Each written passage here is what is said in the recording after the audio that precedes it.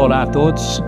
Hoje nós temos aqui no IFCH da Unicamp a satisfação de receber o professor Ayrton Pollini, da Universidade de Tours, na França. E estamos aqui também nessa entrevista com a Amabile Zanco, que é doutoranda, orientada pelo professor Ayrton e por mim. Então nós vamos fazer uma entrevista perguntando uma série de questões no geral, mas em particular a partir deste volume recém-lançado, organizado pelo professor Pollini, que se chama justamente Fronteiras na Magna Grécia, Arqueologia e História das Representações. Então, eu gostaria de começar, professor Pollini, perguntando para você um pouco, para que o público possa saber um pouco da sua trajetória, que você nos conte um pouco da sua trajetória, primeiro, como brasileiro, aqui no Brasil, sua trajetória de estudos, depois, como você passou a estudar também no estrangeiro, e finalmente, a sua trajetória, que já é uma trajetória, na França, universitária na França, para nós termos um primeiro contexto assim para o público nos acompanhar. Bom dia. Primeiro, gostaria de te agradecer mais uma vez a oportunidade de estar aqui, de dar essa entrevista ainda por cima aqui na Unicamp, e justamente para começar já entrando na resposta da sua pergunta, eu sou de fato um ex-aluno da Unicamp. Comecei com graduação aqui na Unicamp, mas não aqui no UFCH, mas do outro lado da rua, no Instituto de Economia. Fiz a graduação em Economia, mas já desde o começo da graduação eu descobri rapidinho que o que me interessava não era exatamente mercado financeiro e bolsa de valores, mas achava muito mais interessante a história do pensamento econômico, história econômica. Então, já desde a graduação no Instituto de Economia, mas comecei a estudar a parte de história econômica. No começo, um período que me interessava bastante, que era o período do início do governo Vargas, então dos anos 30, e o processo de industrialização no Brasil, em particular como dissertação, como monografia de final de graduação, e que também serviu como iniciação científica na época, com a minha queridíssima Lígia Osório Silva, que foi minha orientadora.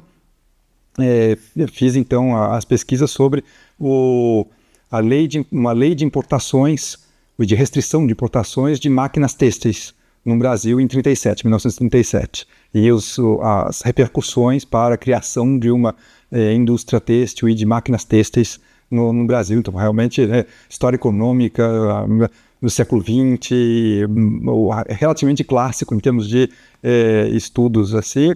E fiz a graduação, terminei, e justamente no ano que eu estava terminando a graduação, no Instituto de Economia, foi aberto pela primeira vez um mestrado específico em História Econômica.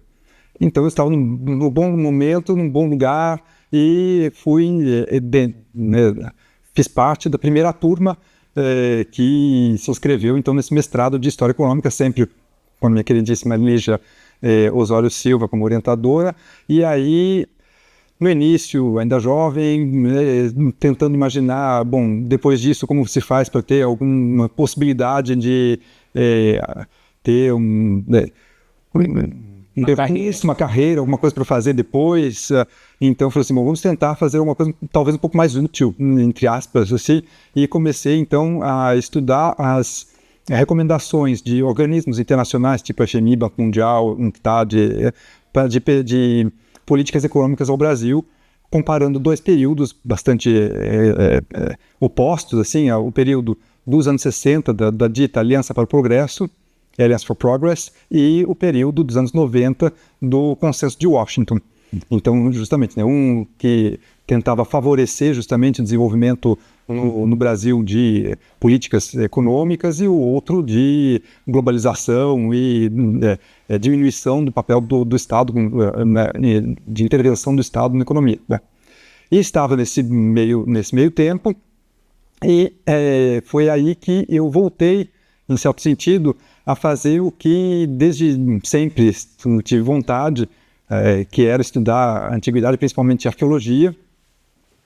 Quando era mais jovem, antes de entrar na universidade, que eu tinha tido vontade de fazer arqueologia, até procurei um pouco, na época era mais difícil no Brasil, acho que só de arqueologia mesmo só tinha na USP, e com perspectivas quase mínimas assim, de carreira depois, e todo mundo me falou, você, aluno de classe média, sem nada de particular, o que vai fazer com uma graduação de arqueologia? Faça alguma coisa que você possa trabalhar depois e faça arqueologia como um hobby nas férias. E eu, sempre bom aluno, segui a risca os conselhos que me deram. Então, a primeira vez que eu tive a oportunidade de fazer arqueologia nas férias, eu fiz, justamente nas primeiras férias do mestrado, e passei 6 semanas de uma formação prática e teórica de arqueologia numa universidade que oferecia esse tipo de coisa na Califórnia, então nos Estados Unidos, na Califórnia, no que eles chamam de Advanced Credit, assim, então que era durante o verão americano. Então passei 6 semanas lá, com todas as condições piores no sentido, assim, a escavação era numa missão franciscana do século XVIII, que no meio do deserto do Mojave, no meio da Califórnia, e que hoje faz parte de uma base do exército americano. E já nas indicações de como chegar lá, não sei quantos, já falavam, traga tudo o que você precisar, porque durante a semana não há modos de sair do lugar e não há modos de fazer nada além do que está lá. Assim, né? Se esquecer alguma coisa, esqueceu, acabou, não tem o que fazer. Muito bom isso, porque você já foi iniciado na questão da praticidade da pesquisa arqueológica. Exatamente. E aí fiquei lá há 6 semanas no meio do deserto americano e achei aquilo lá realmente, é isso que eu gosto de fazer mesmo. E, bom, que pena. Não vou nunca ter uma carreira com muito dinheiro, mas pelo menos vou fazer alguma coisa que eu goste.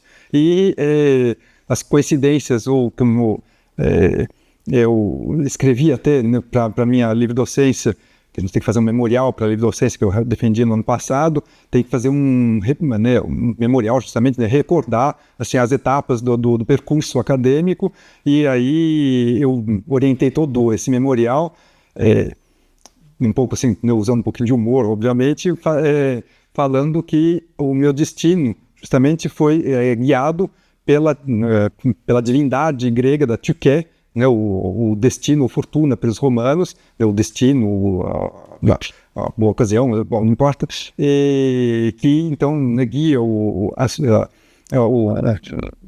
meu percurso, porque foi na Califórnia, escavando uma missão franciscana do século XVIII, e encontrei com um professor que estava lá, americano, que conhecia um professor brasileiro que fazia o que se chama de arqueologia histórica, quer dizer, arqueologia principalmente nas Américas, mas assim, depois da chegada dos europeus nas Américas. E ele falou, então, tem um professor brasileiro que muito ativo, você pode, então, já que gostou de arqueologia, pode falar com ele. É um certo professor, Pedro Paulo Funari, que dá aulas na Unicamp, e eu não sabia, que eu estava só do outro lado da rua. E então, graças a você, Pedro Paulo, quando eu voltei, eu precisei ir até a Califórnia para voltar e atravessar a rua, né, do Instituto de Economia para o IFISH, e começar, então, a seguir as suas aulas aqui no IFISH. Eu estava no mestrado, então justamente você até me falou para seguir as suas aulas do mestrado, que obviamente não entendia grandes coisas, porque não tinha estudado economia, nunca tinha estudado nem arqueologia, nem mesmo história antiga. E graças a você, então, como eu mudei de perspectiva do que eu queria realmente estudar, no final quando eu tinha acabado, então, as matérias a fazer, né, os créditos a cumprir para o mestrado, eu pedi para você se você conhecia alguém em Paris, porque eu tinha um sonho de jovem também, de morar um certo tempo na França e fui, você, né, me indicou, tive uma grande sorte de novo, né, a fortuna dos latinos, se vocês quiserem, que uma professora, Anne-Marie Guimier-Sorbet, tinha vindo ao Brasil, convidada pela USP, pela Unicamp, fazer uma série de palestras aqui no Brasil. Então, você me deu o contato dela na época, então em 98, no Brasil já existia bastante gente que usava internet, e-mail e essas coisas assim, e paradoxalmente, para a gente pelo menos, na França, eu cheguei lá, nenhum dos alunos tinha e-mail, os professores nenhum tinha e-mail, não acontecia nada, mas ela, por sempre a fortuna, a boa fortuna, o destino guiando o meu percurso, ela é especialista justamente de arqueologia e sistemas de informação, ou seja, justamente, né, então ela é uma das pioneiras assim, a usar todos os recursos digitais possíveis. Então ela tinha um e-mail, respondeu o e-mail, me aceitou para eu ir, eu fui como aluno 20, em princípio para ficar 3 meses e pronto.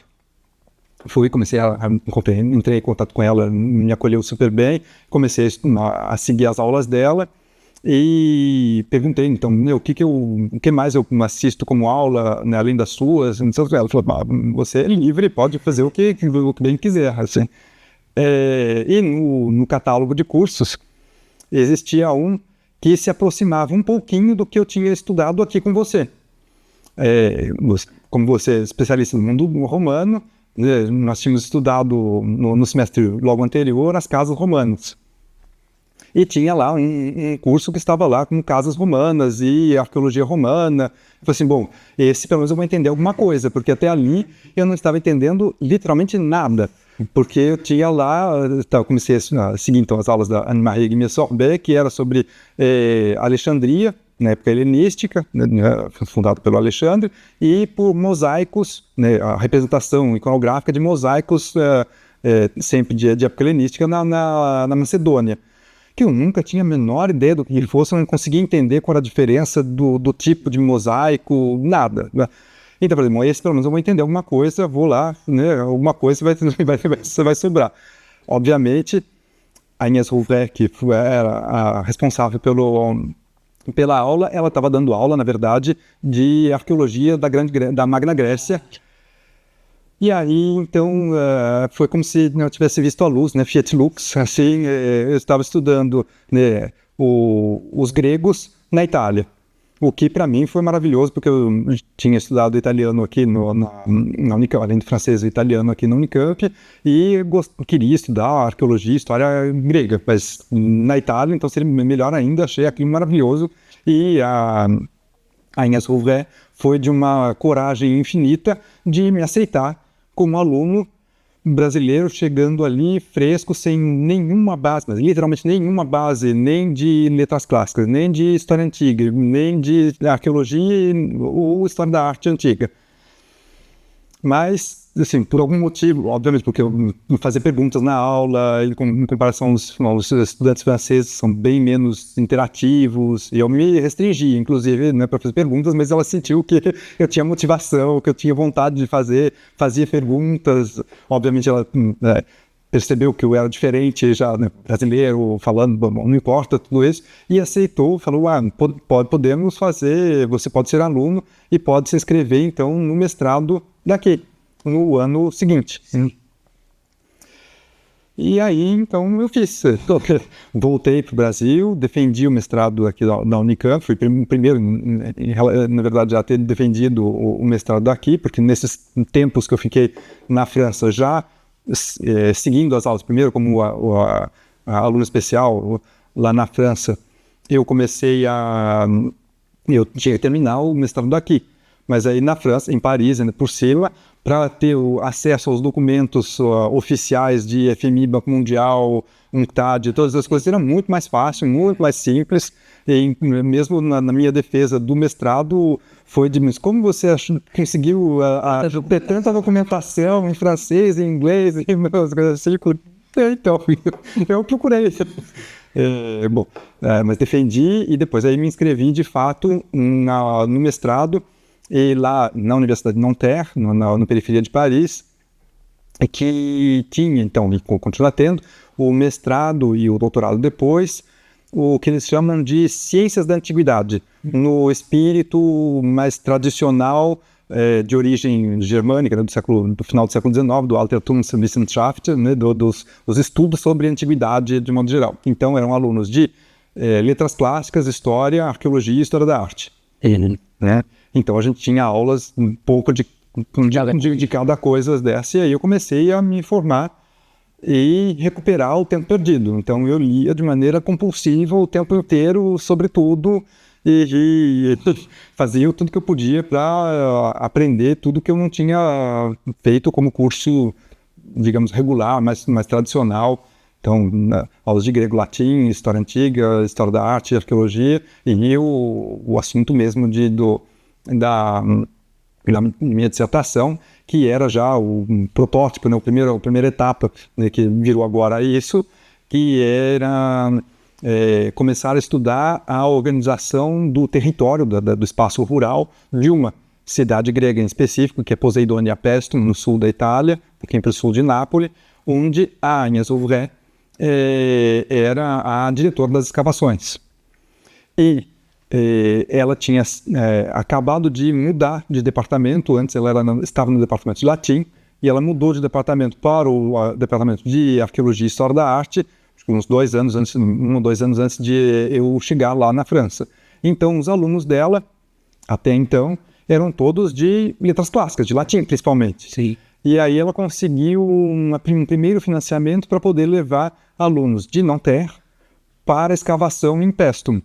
E dentre os alunos que ela tinha possíveis, eu, com aquele curso de escavação na Califórnia, era o que tinha melhor base de arqueologia dentre todos os alunos dela. O que era meio paradoxal, mas foi isso. Real. Mas é um fato real, e foi isso que então ela me levou como aluno, junto com os demais, mas assim, né, também me levou junto para participar então das escavações em Poseidonia Paestum, e ali comecei de fato, participei de todas as escavações ali em Paestum. Fiz então o segundo mestrado, né, dessa vez ciências da antiguidade, na história e arqueologia, primeiro de Paestum, e depois para o doutorado, então para focalizar melhor assim, a temática de estudo. Então mesmo na discussão da defesa do mestrado, então, né, na discussão com a banca, inclusive, foi sugerido, por que não fazer sobre a questão da fronteira, né, dos limites de ocupação de uma cidade grega, principalmente num contexto colonial, que quer dizer, né, de cidades fundadas por gregos vindos de outro lugar, num território que inicialmente não era deles, até onde eles conquistam ou não, ocupam as terras ou não, até onde vai ou não, existe a interação, existe a noção de fronteira, é pertinente ou não para uma cidade grega colonial, ela é a mesma entre a cidade grega, entre os gregos e as populações locais, ou entre a cidade grega e a cidade grega vizinha,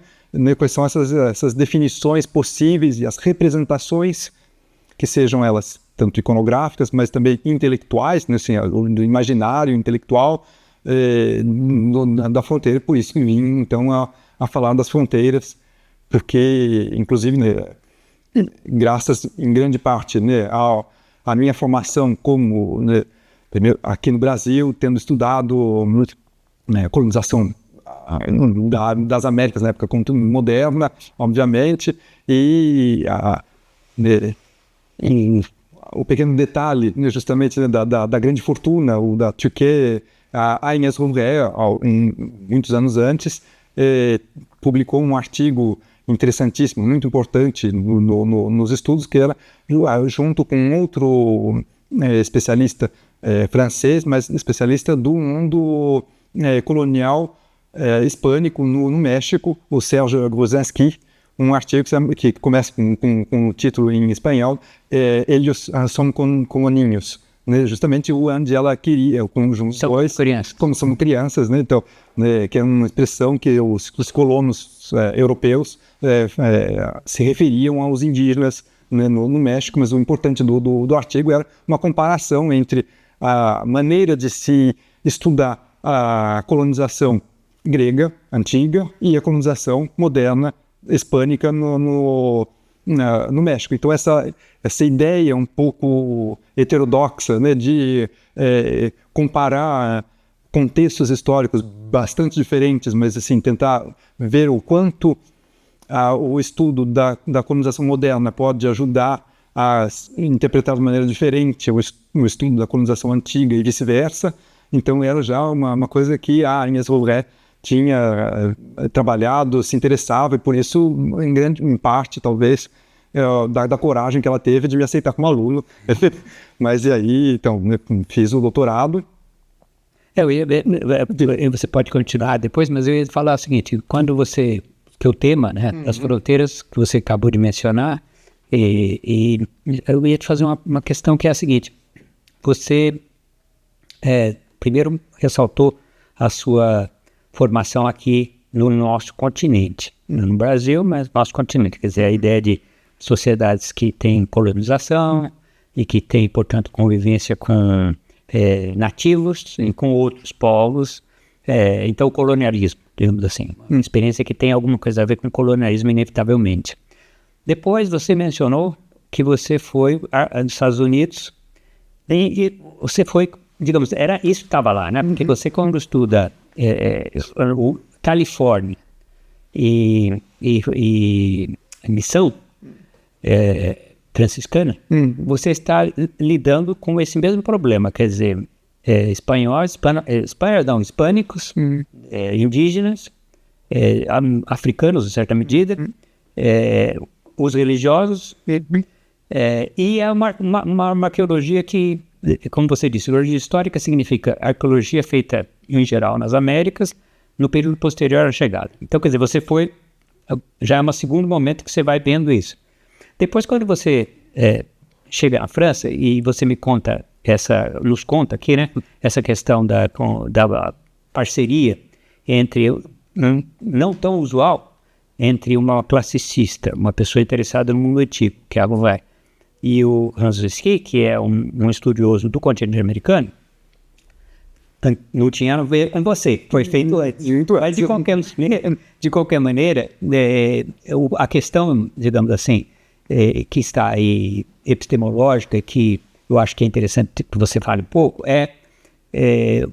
a questão do contato colonial, contato entre, primeiro, colonial em geral, e, em segundo lugar, as comparações entre períodos diferentes, né? Porque você ressaltou que justamente a arqueologia do Novo Mundo, ou pelo menos da modernidade, digamos assim, pode ser útil para estudar a antiguidade e vice-versa.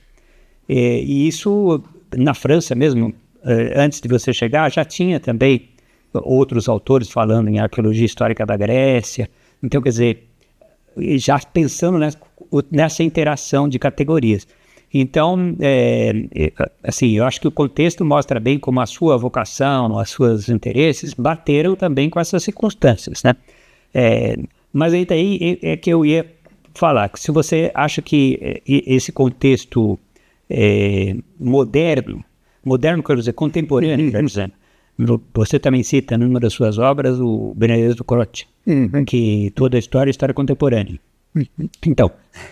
Então a questão da colonização das fronteiras, contato cultural entre povos de diferentes grupos, que você encontrou na arqueologia, as pessoas encontram no cotidiano, os franceses, os brasileiros e outros. Então, eu queria que você falasse um pouco o que você acha que essa relação entre esses dois pontos que eu falei, quer dizer, por um lado, o aspecto de relacionar tempos e condições diferentes, e segundo, a questão específica das fronteiras étnicas. Talvez eu possa até incluir um terceiro aspecto, que é inclusive o aspecto de história pessoal, assim, né, que também fui grandemente nas escolhas e nas maneiras de se estudar por isso do Benedetto Croce, né, toda a história contemporânea, quer dizer, vista com o olhar contemporâneo do pesquisador, porque meu sobrenome indica, obviamente, né, Polini, sou descendente de imigrantes europeus no Brasil, que resolvi voltar para a Europa, mas não na Itália, mas na França, ou seja, mas trabalhando na Itália, então, quer dizer, essa ideia de ultrapassar fronteiras, assim, tem um lado epistemológico e tem um lado também de percurso pessoal que de ego-história, que não que tem que ser sempre relembrado, pelo menos, né? Bom, eu acho muito interessante, justamente, como você falou, porque a ideia de se comparar, né, os contextos de colonização antigos e moderno contemporâneo, quando eu cheguei na França, estava ainda mais ou menos em voga, mas na verdade, em 98, justamente no ano que eu cheguei na França, foi no que diz respeito ao mundo grego, o Robin Osborne, um professor acho que de Oxford, né, britânico, publicou um artigo meio bomba, que dizia que não se deveria se abolir dos estudos de história antiga o capítulo sobre a colonização grega. Que os gregos não tinham uma colonização, porque justamente o termo de colonização é anacrônico, não tem relação nem com os movimentos de colonização de épocas modernas, contemporâneas, e nem mesmo com a origem latina de colônia, de cólere, da implantação de colonos romanos em terras conquistadas pelo poder romano. Que isso não era o caso na Grécia, o que ele tem absolutamente razão. Ora, o problema é que há dois problemas, a meu ver, nesse sentido. Um primeiro, historiográfico, em certo sentido, porque, e também, né, do sentido também de experiências pessoais dos próprios atores, né, de pesquisadores, ele britânico, no final, né, estertores no século XX, né, o comecinho do século XXI, fazendo um pouco a meia-culpa da colonização britânica, principalmente, né, na Ásia, e fazendo uma crítica extremamente forte com um dos grandes pilares dos estudos dos gregos colonos,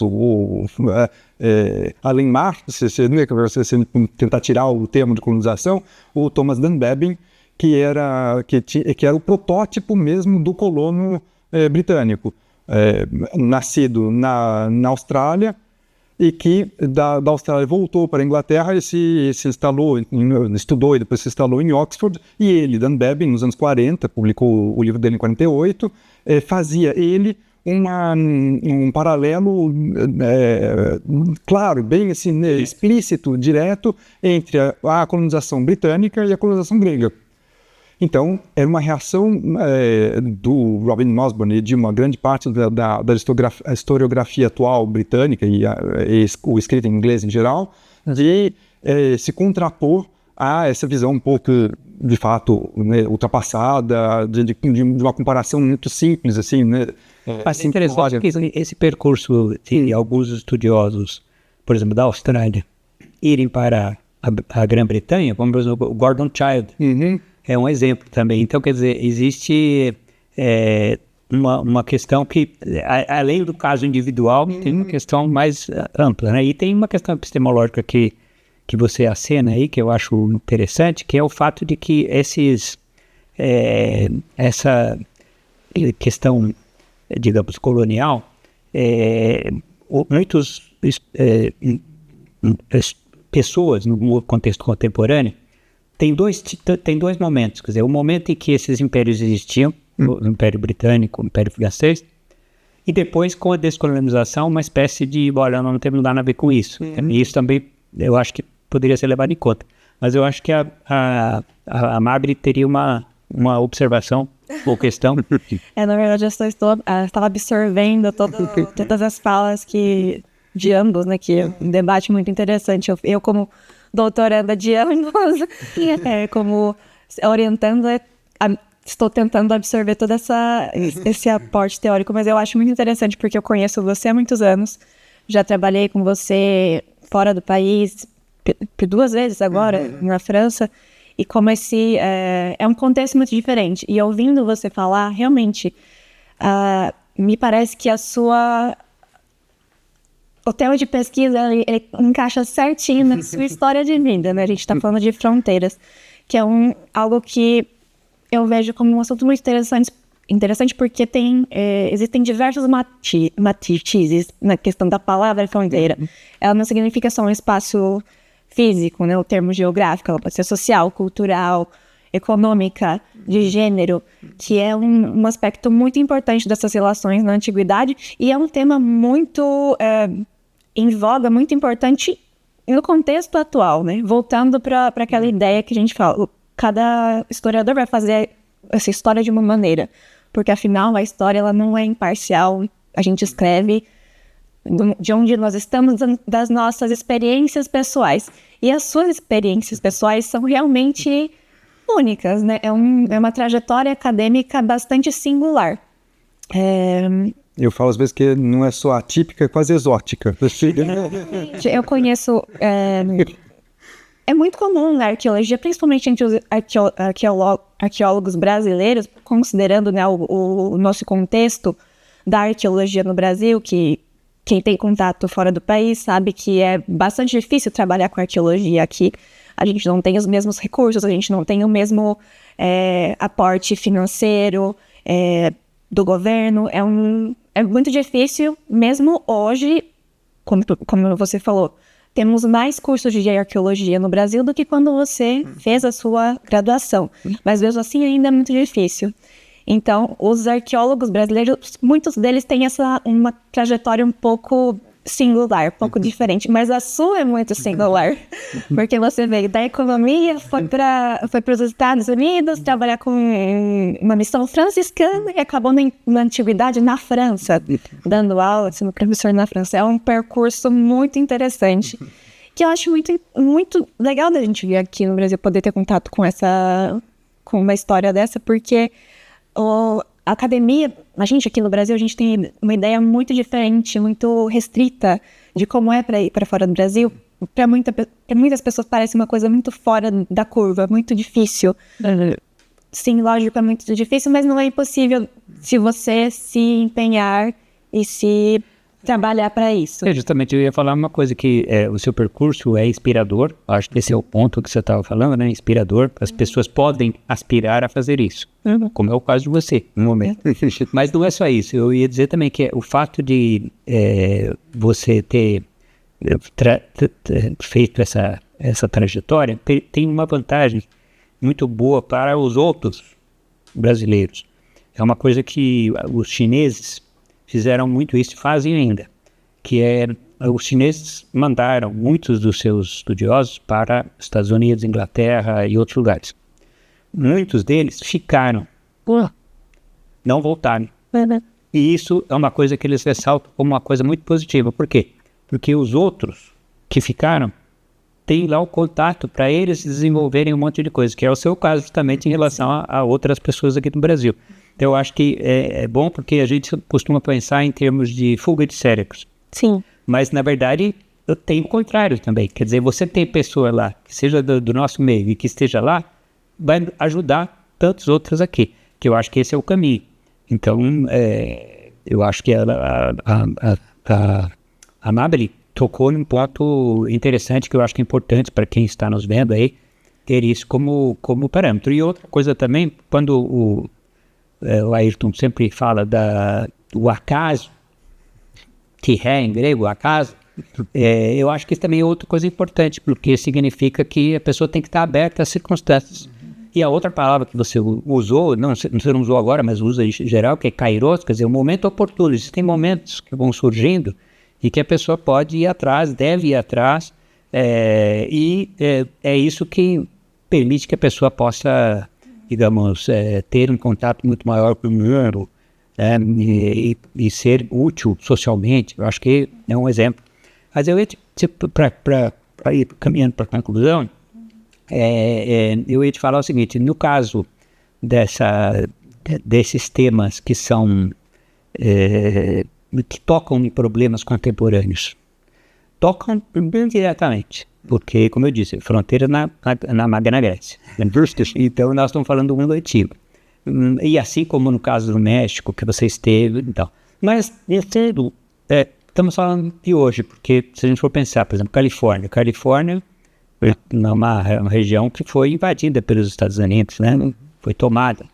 E a população continua, em grande parte, hispânica. E não por acaso, quer dizer, você toma um território, as pessoas continuam lá, né? As pessoas continuam lá. Então, isso a gente pode dizer, esse é um caso que você esteve, mas a gente pode analisar. Então, e hoje em dia tem a questão, não é colonialismo literal, no sentido de você ocupar um país, embora isso também ocorra, infelizmente, mas fora isso, existe também o fato de você ter populações de diferentes origens, e que isso pode acabar gerando aflições, inquietações manipuláveis ou manipuladas para que isso passe a ser um problema. E eu lembro isso pelo seguinte, porque há um século atrás, ou um pouquinho mais, existia uma coisa que está retornando com outro nome, que era o declínio do Ocidente, a civilização ocidental vai acabar, e agora entram coisas semelhantes. Então, quer dizer, a Europa e os Estados Unidos estão sendo invadidos, né? É um discurso que se tem muito. A grande mudança da população, vão acabar os habitantes nativos e vão entrar os habitantes estrangeiros. A religião será trocada, uma religião cristã por uma religião, por exemplo, islâmica. Então, eu queria que você, digamos assim, fizesse como que você vê essa questão da recepção de estudos? Você, no caso da Magna Grécia, você está lidando com uma coisa bem interessante, porque justamente são diversos povos, né, em contato. E você falou muito bem a respeito de não usar colônia, quer dizer, que foi inventado lá atrás, porque esse termo não existia em grego, né? E não era o que depois seria colônia, nem colônia romana. Então, para concluir, como é que você vê essa relação do passado e presente, e essas circunstâncias em que nós vivemos no mundo todo, e você ainda mais na Europa? Bom, essas são muitas questões tudo numa lógico, eu vou tentar falar um pedaço disso tudo. Primeiro, assim, né, reiterando o que você falou desde o início, assim, né, de fato eu me considero, me coloco sempre à disposição como um ponto de referência a brasileiros que queiram ir à França. Você precisa falar um pouco de francês ou está disposto a aprender. Foi o caso da Amabile, por isso que eu acho ótimo dela poder ter ido, e justamente ela só conseguiu ir à França porque eu estava lá. Senão teria sido muito mais difícil ou quase impossível. Então acho de fato útil, apesar do pretensa fuga de cérebros, mas acho também útil de ter pontos de referências, né, que possam ir. Esse é um primeiro ponto. Como você falou, né, a questão do contexto da Magna Grécia é muito interessante, porque já desde antes de mim, né, o David Asheri foi o primeiro, né, outro pesquisador que, por sinal, era israelense, mas que fez boa parte da carreira na Itália também, bom, não importa, que utilizou o termo de descolonização, do primeiro caso de descolonização ocidental, que é justamente nesse contexto do sul da Itália, que diversas dessas cidades, criadas pelos gregos, colonos, então, né, não tem outro termo para dizer, né, colonos, né, gregos, mas que foram reconquistadas ou descolonizadas pelo avanço de populações itálicas, no caso samnitas, né, do centro-sul, né, da Itália, que reconquistaram e conquistaram as cidades gregas, que deixaram de ser, cujas elites, em todo caso, não deixaram de ser os descendentes dos colonos gregos e passaram a ser itálicos, mas com uma interação cultural e étnica extremamente interessante e rica. Gruzinski, né? Onde entra o Sérgio Gruzinski, porque daí você tem uma interação entre autóctones, colonos gregos, ou descendentes de colonos gregos, e imigrantes, mas que não são dos subalternos, mas ao contrário, que imigrantes mais próximos dos autóctones, mas não são exatamente autóctones, mas que são a nova elite da cidade. E que depois de tudo isso são conquistados pelos romanos, então aí, pum, né, tem uma última, pela antiguidade, então, uma última camada que veio se sobrepor. Então você tem, o que eu tento justamente escrever, sublinhar, é a existência de autóctones gregos, mas que podem ser tanto pobres quanto ricos. Depois outros imigrantes podem ser pobres ou ricos, com uma interação que é praticamente impossível de discernir de fato quem é quem, como, né, principalmente com arqueologia, com traços materiais, sem um texto escrito, dizer de quem que ela pertence, é quase praticamente impossível. Mas o mais interessante é justamente essa interação cultural. E para voltar, então, né, ao lado contemporâneo, né, aos reflexos disso na contemporaneidade, eu tento relembrar sempre aos meus próprios alunos, hoje na França, que podem ser suscetíveis de manipulação, desse tipo de coisa, estudando esses processos, para dizer o termo mais neutro, de migrações, de mobilidades de toda maneira. Essas mobilidades e migrações, a gente tem sempre que analisá-las em relação à população total, não o número absoluto. Que tenha 1 milhão de pessoas que se movam, tudo bem, mas 1 milhão sobre 450, 600 milhões de europeus, não quer dizer nada. Em compensação, 1.000 pessoas num universo de 30 mil quer dizer bastante. Então, para isso a matemática serve. Para isso, matemática e estatística é importante, assim, ter um mínimo de noção. E eu li diversos artigos contemporâneos de pessoas, né, estudando as migrações e mobilidades contemporâneas, dizendo justamente que, proporcionalmente à população mundial e mesmo europeia, a migração é mínima, comparado ao que já foi. E nós brasileiros, então, somos muito bem situados para saber quantos imigrantes europeus vieram durante todos os séculos de colonização, primeiro, e depois no Brasil independente, no caso nos meus próprios antepassados, vieram milhares de europeus, italianos, espanhóis, alemães, não importa, árabes, que vieram, depois japoneses, tudo bom, várias fases de chegada de grandes migrações. Proporcionalmente a população do Brasil era enorme. Do final do século XIX, você compara isso hoje em dia, a quantidade de pessoas que imigram, né, para os Estados Unidos e para a Europa, é ridículo. Sim. É ínfimo. Então, quer dizer, é um discurso que usa os medos, né, que incentiva os medos, que é desconectado da realidade histórica real. Então, o fato de estudar a história, de mostrar o impacto real das migrações antigas, eu acho importantíssimo para ter esse senso crítico e tentar não se deixar levar por esse tipo de coisa. E, por outro lado, as sociedades todas evoluem. Então, assim, querer manter congelado como se fossem sociedades estáticas é a pior coisa que pode existir para qualquer sociedade, de toda maneira. E muito pior ainda até a ideia do discurso de voltar ao passado grandioso. Aí até pior ainda. Aí pior ainda. Obviamente é pior ainda.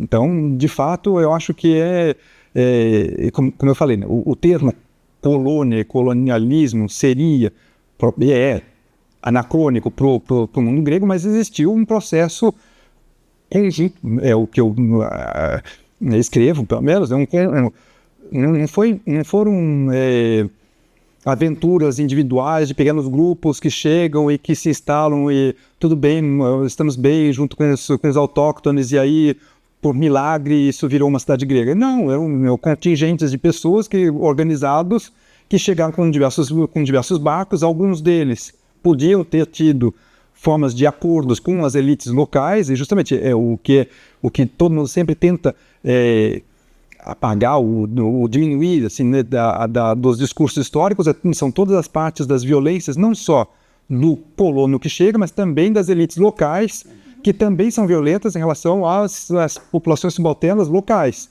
Então, que pode haver colaborações entre elites, mantendo um processo de violência em relação às populações subalternas, que sejam elas gregas ou autóctones ou outras. Então, o fato de ter uma colaboração entre elites locais e gregas não impede de ter tido um processo violento de ocupação de terras, cujas elites locais itálicas ou sicilianas podem ter sido beneficiadas, mas que com isso fizeram de propósito, né, de uma maneira, deixaram as próprias populações subalternas à mercê e suscetíveis das violências outras. Assim. Então, esse tipo de coisa eu acho muito importante de ressaltar todas as nuances que se deve ter assim, num mundo bipolar. Fora as relações com a própria origem, né, o lugar de onde essas populações vieram, que adicionam ainda mais complexidade a essas relações locais. Justamente, porque dependendo de onde vieram, os próprios colonos podem ter sido eles mesmos objeto de um certo tipo de violência, ou são aqueles que nas regiões gregas de onde eles saíram, eles não tinham, nas disputas internas, não tiveram o estatuto de cidadãos de pleno direito, então são mandados para outro lugar, no outro lugar, na colônia, na nova instalação, na nova cidade, se tornarem cidadãos lá e não aqui. Ou seja, um pouco também, da mesma forma como grande parte de todos os movimentos de migração, sempre usando o termo genérico, você foge da miséria para se instalar em outro lugar e para tentar melhorar de vida. Basicamente é esse o princípio de migração diversas vezes, em todo caso. Como historiador a gente fala, de sempre não existe dessa forma, mas assim, são sempre em formas diferentes, né? As necessidades que são básicas do ser humano, mas e aí cada vez se declina de uma maneira diferente, e isso é interessante de ressaltar, de estudar, por isso que eu acho interessante. Se tivesse bom, não teria saído de lá. Em princípio não, a não ser casos um pouco raros assim, de indivíduos como eu fui, né, assim, eu estava bem aqui no Brasil, não passava fome, muito pelo contrário, estava bem, estava numa boa situação, mas, então, o meu caso, como você falou, atípico, é atípico também nesse sentido, né, aí foi de fato uma vontade, uma aventura singular, individual minha que fui, mas a maior parte da migração em geral são grupos de pessoas que estão tentando uma vida melhor, seja a migração interna, como no Brasil, do Nordeste ao Sudeste, ou migração entre países, da África para a Europa, ou da América Latina para os Estados Unidos, isso Olha, muito boas reflexões do Ayrton. Nós queríamos agradecer muito, né, a sua disposição de falar conosco.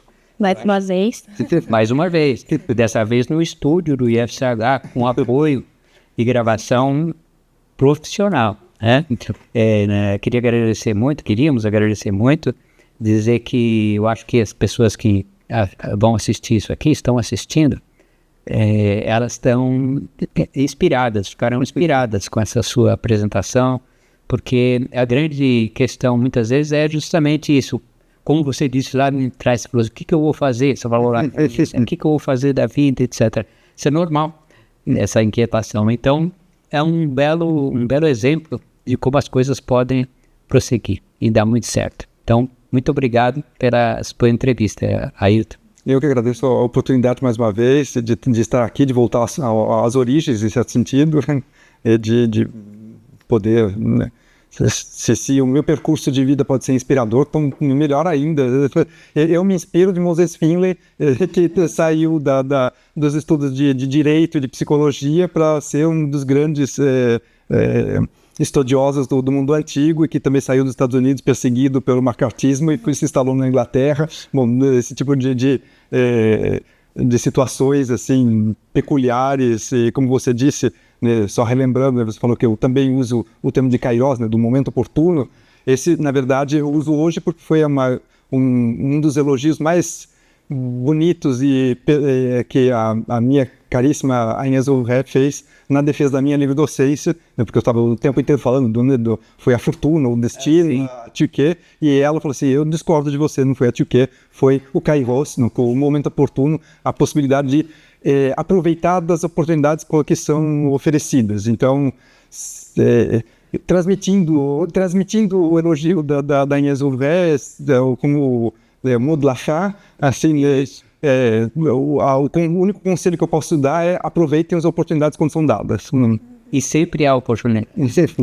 Muito obrigado. Muito obrigado. Então,